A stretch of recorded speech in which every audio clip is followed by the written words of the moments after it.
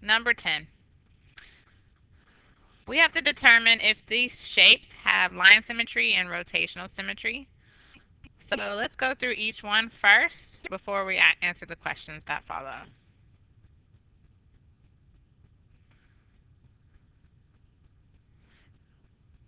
For picture A, it does not have line symmetry. Reason being because there's no line from any corner or any part that I could draw that would produce equal halves on both sides. For rotational symmetry means that I can turn the figure, and in the process of completing a circle, more than one time it'll look how it started. But this figure in figure A will not do that, so it has no rotational symmetry either. In For figure E, it does have line symmetry because I can draw a line horizontally across that would split this figure into two equal parts. So it does have line symmetry. However, it will not have rotational symmetry because it's only going to look like a right arrow right now. Looking at figure B, yes, it does have line symmetry. It has several lines of symmetry, to be honest. I'll draw a few. You have straight down, straight across,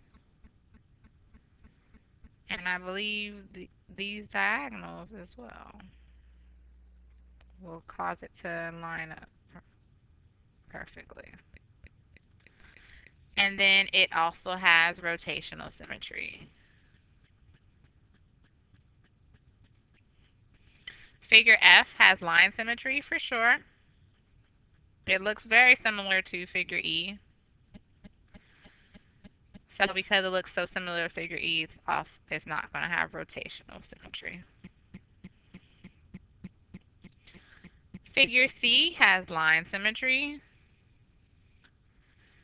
Again, I could draw a few on here for you. You could go straight across right here. Each corner, basically.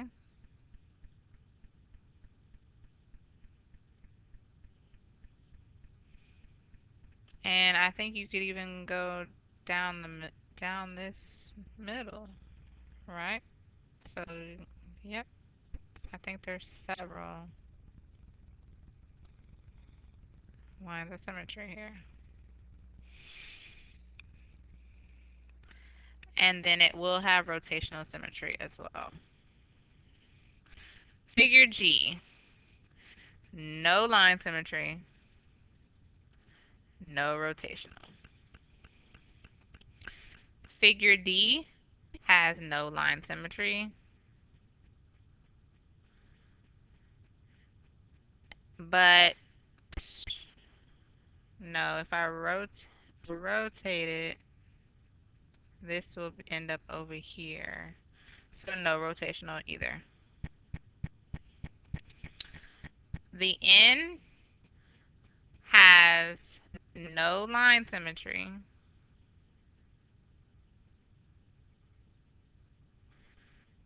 No matter how I slice it, if I go from corner to corner, it will not match up. Or if I go straight down the middle, nope. Straight horizontally, nope.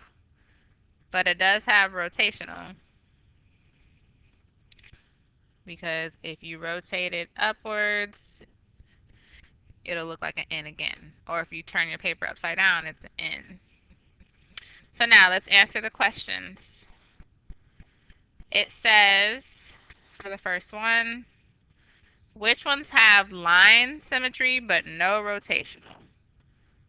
So that would mean E, F,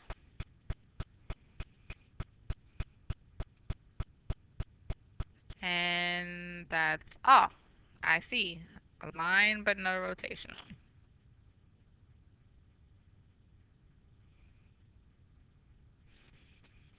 Okay.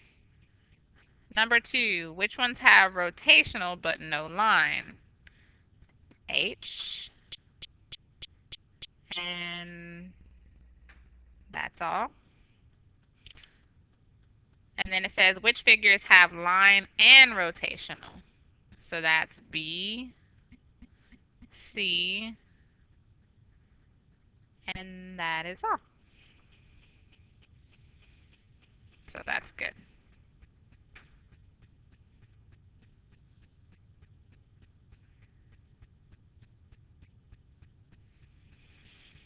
I guess it could have been another question, which ones have none at all. But that one seems pretty easy.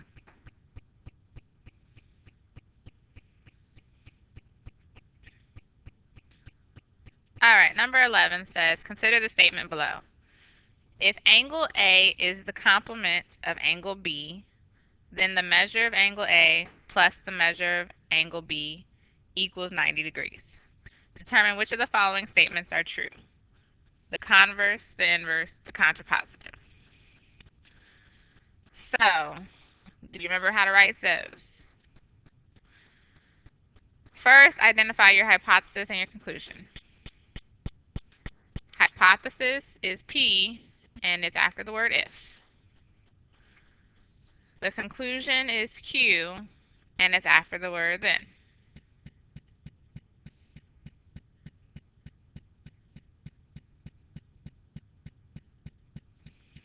The converse is when you switch P and Q, so it'd be Q, then P. The inverse is when you not P, then not Q. And then the contrapositive is where we not Q, then not P. So let's first write the sentences for each one of those and see if they're true or false. My handwriting is going to be sloppy in advance. So for the converse, it would say if the measure angle A plus measure angle B equals 90, then essentially A complements B.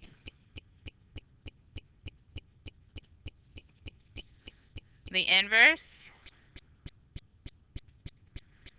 would be if A is not the complement of B, then the measure of angle A plus the measure of angle B does not equal 90. And then lastly, the contrapositive would say if the measure angle A plus the measure of angle B does not equal 90, then A does not complement B.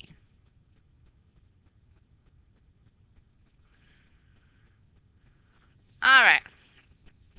So which of these three are true? First, you probably got to remember what the word complement means. Complement means that the two angles together add to equal 90. So if A complements B, then A plus B equals 90. That original statement is true. Then if I make it the converse, it says if A plus B equals 90, then A complements B. That is still true. Let's read the inverse. If A is not the complement of B, then A plus B does not equal 90. That is still true. If A plus B is not 90, then A does not complement B. that is still true. So all of these are true. So your answer is B. So what did we learn in this one? You got to remember how to write a converse, an inverse, and a contrapositive, first and foremost. We need to remember what the word complement means for angles. So don't forget that, please.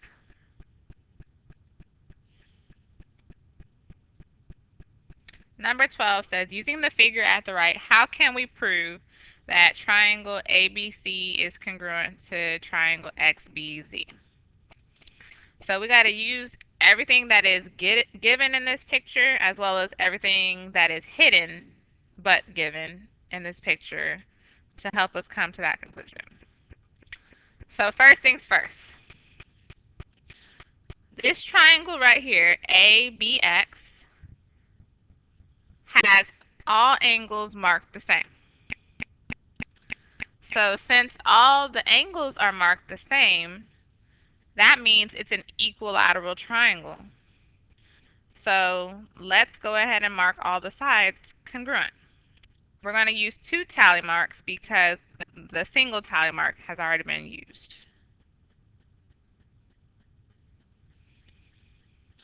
All right, and then I see a pair of vertical angles.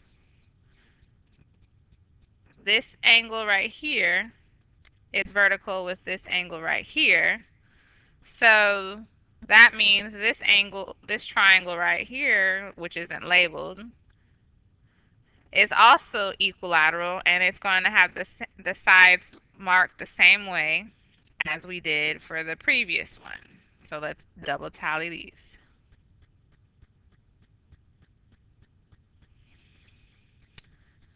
I also see another set of congruent angles that are vertical, which would be these two with these two.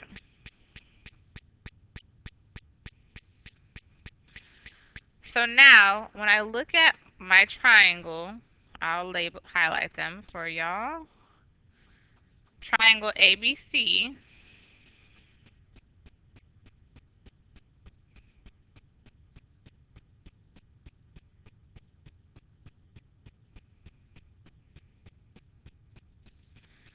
and the other triangle XBZ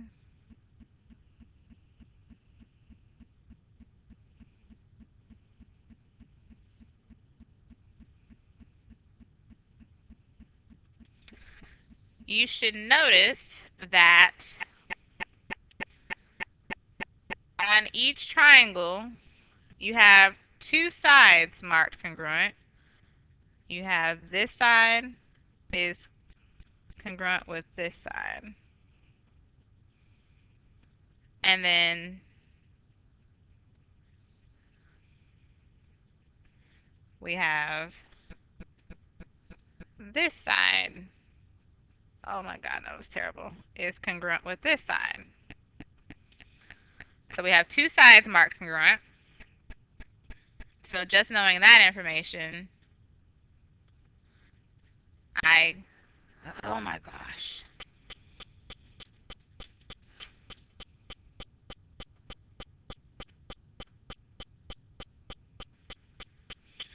All right, my apologies, computer crash.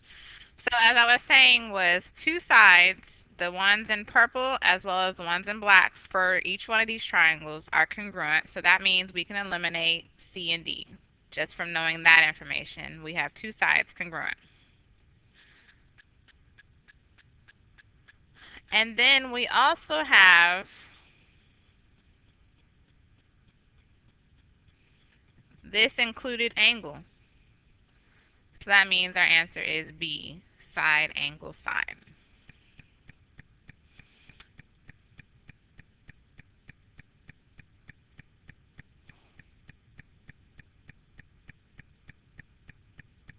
Number 13.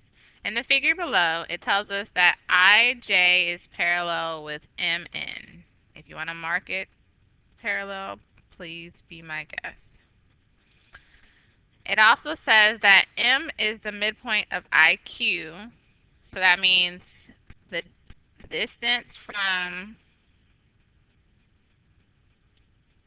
this distance is the same as this distance.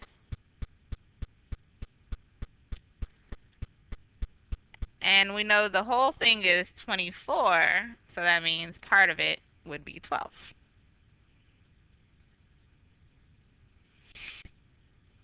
It also says that N is the midpoint of JQ.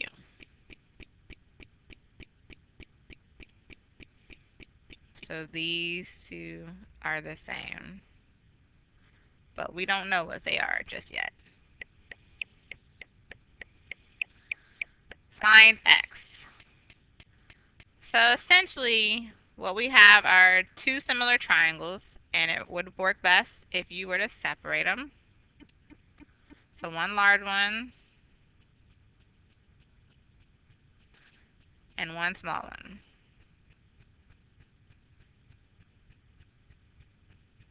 The large one being I, J, Q. The small one being M, N, Q. The reason these are similar is because of those sides being parallel. So I would label this for the sides as well. IJ is x plus 2. IQ is 24. MN is x minus 4. MQ is 12. So now that we got rid of all the distractions, it should be easier for you to see how to set up the proportion. That would work. You could use 24 is to 12 as x plus 2 is to x minus 4. Or you could use 24 is to x plus 2 as 12 is to x minus 4. Either one is just fine. So now we're going to cross multiply. So that's 12 times x plus 2 set equal to 24 times x minus 4. We need to distribute, so that would give me 12x plus 24 equals 24x minus 96. First thing I would do is subtract 12x from both sides, which would give me 24 equals 12x minus 96. Then I would add 96 to both sides, which would give me 120 equals 12x. And divide by 12. So you get 10 is equal to x. So this one had a lot of distractions, but you got to learn how to focus on what is important. And it helps with highlighters as well as separating the triangles.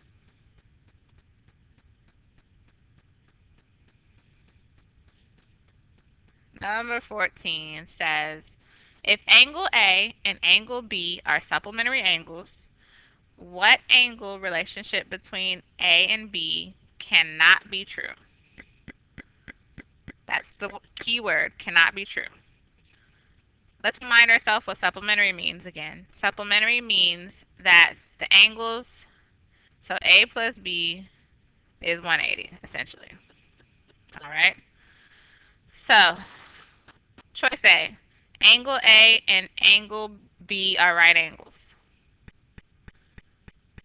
That could be true because 90 plus 90 equals 180. So it's not A. Angle A and angle B are adjacent.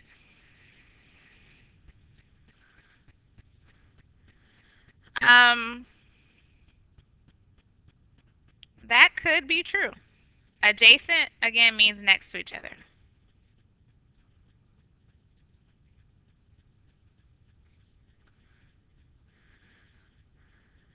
C says Angle A and angle B are complementary angles.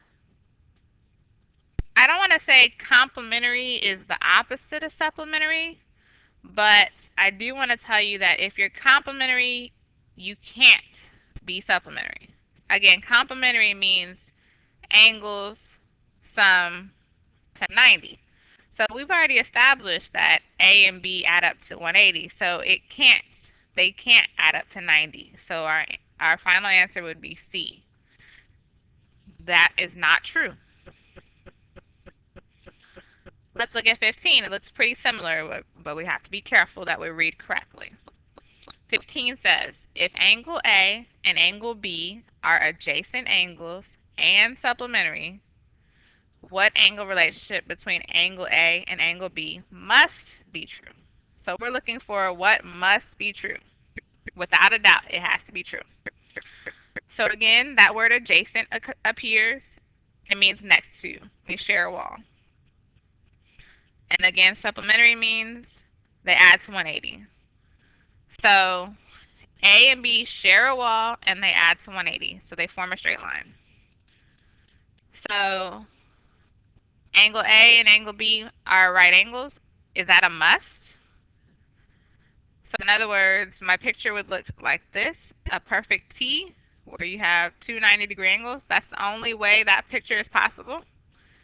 No, that's not a must. B says angle A and angle B are a linear pair. That's true. That is true. C says angle A and angle B are complementary. We just talked about this. You can't be supplementary and complementary. And D says angle A and angle B are congruent. In order to be congruent and supplementary, they both have to be 90. But is that the only way you can get 180? No.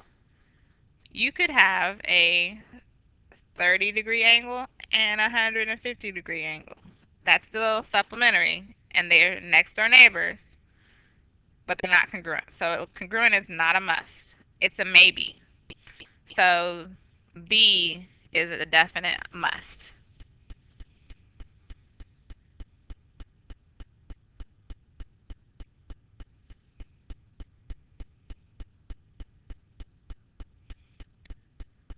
Number 16 says, using the figure below, what type of transformations occur to go from triangle A to triangle B? Then describe the transformation from B to C and be specific. So as you look at all three triangles, you can obviously see that they're not the same size, but they are the same shape because they're all three triangles. So they're not congruent, but they're similar. So we know that a dilation occurred. Dilations don't always produce congruent triangles. And it wants us to be specific, so that means we need to provide the scale factor. So going from A to B,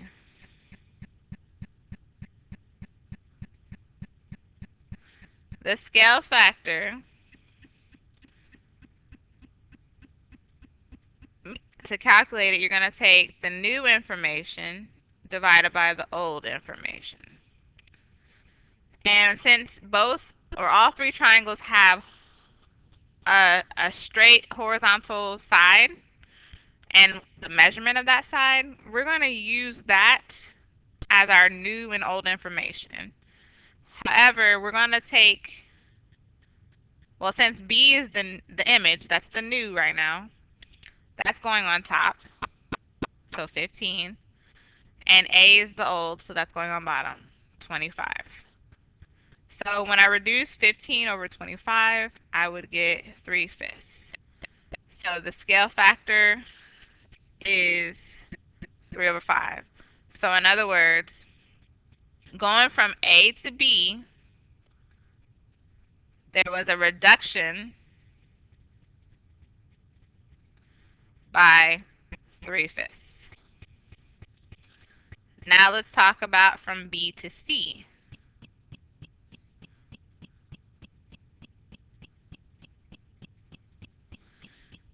reduction means the same as getting smaller, if you forgot. So again, I need to calculate my scale factor. This time my new information is 5. My old information is 15. If I reduce that, I get 1 over 3. So my scale factor is 1/3.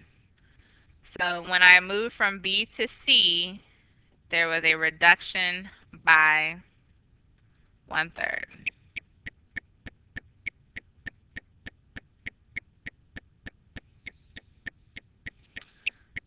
Number 17 says, which transformation will not always result in a congruent image? And we just kind of talked about this real briefly, but a dilation will not always provide congruent images. As you can see in number 16, those images are not congruent. They're similar, not congruent. Congruent means same size, same shape. Similar means same shape, not necessarily same size.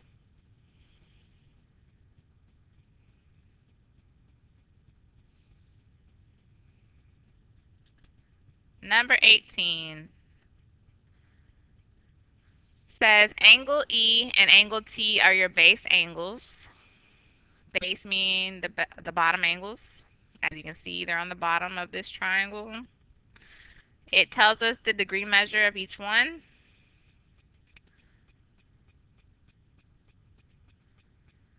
But if you remember from a previous lesson, that if it's an isosceles triangle, you have your base angles and they're congruent. And then the sides across from your base angles are also congruent. Just FYI. So since my base angles are congruent, I can say the measure of E is equal to the measure of T. So I can use 2x plus 29 equals 6x plus 5 to find x. First, I would subtract 2x from both sides, which would give me 29 is equal to 4x plus 5. Then I would subtract 5 from both sides, which would give me 24 is equal to 4x. And then I would divide both sides by 4. So 6 is equal to x. Now that I know what x is, I can find each one of these base angles. And I only need one. So angle E is equal to 2 times 6, since x is 6, plus 29. 2 times 6 is 12, and 12 plus 29 is 41. So each one of these base angles is 41 degrees. And you could check it with T if you want to. 6 times 2, again, is 12. 6 times 6 is 36. 36 plus 5 is 41. Now let's go finish reading the problem. It wants us to find the measure of the vertex angle. The vertex angle is angle P in this situation. It's the angle that is by itself. So I would add up B and T. So 41 plus 41 gives me 82. And I would take 180 minus 82 because we know all three angles of a triangle add up to 180. So angle P would equal 98 degrees.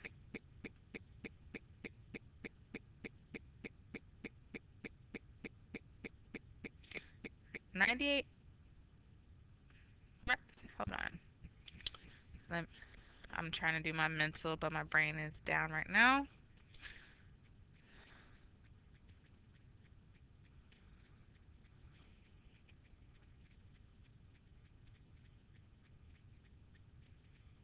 Yeah, I doubt myself. So angle P again is 98 degrees. Now I know on your handout, this is where the review stops, but I had to add 2 extra questions that are going to be very helpful on your final exam, so you probably want to jot them down as well. All right, in both of these examples, they're pretty similar, and we're going to find the value of x. We kind of did a situation like this before, but we're going to do it again. The best methodology or strategy in this situation is to separate the triangles.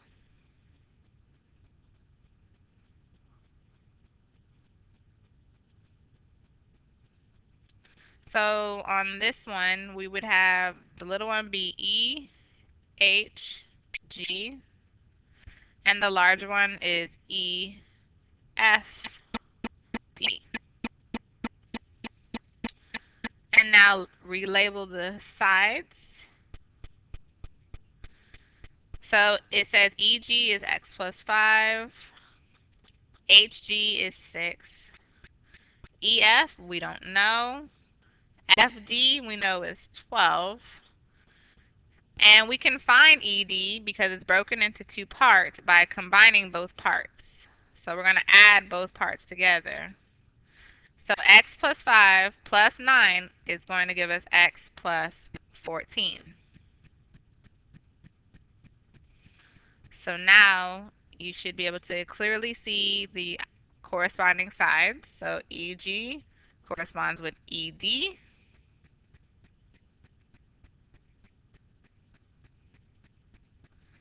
HG corresponds with FD. So we can write our proportion. You could say 6 is to 12 as x plus 5 is to x plus 14, or 6 is to x plus 5 as 12 is to x plus 14. Those are your options that work. So let's cross multiply.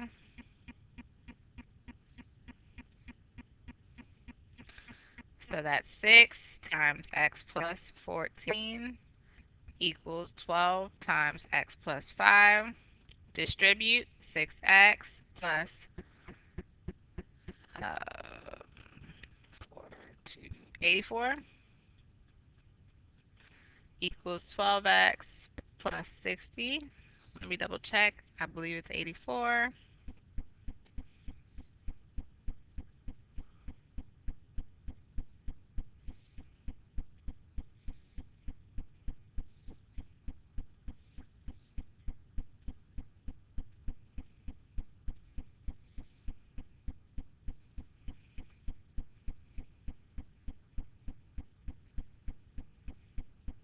Yep.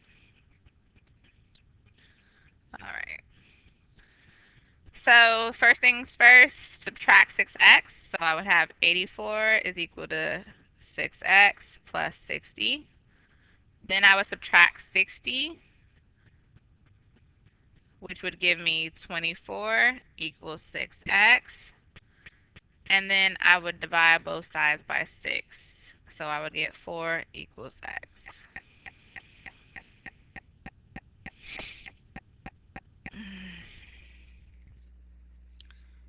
And our last problem for practice, again, they're similar to this one I just finished. Same thing, you want to separate the 2 triangles.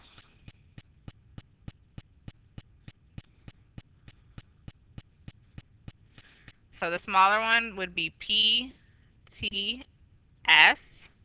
The larger one would be PQR.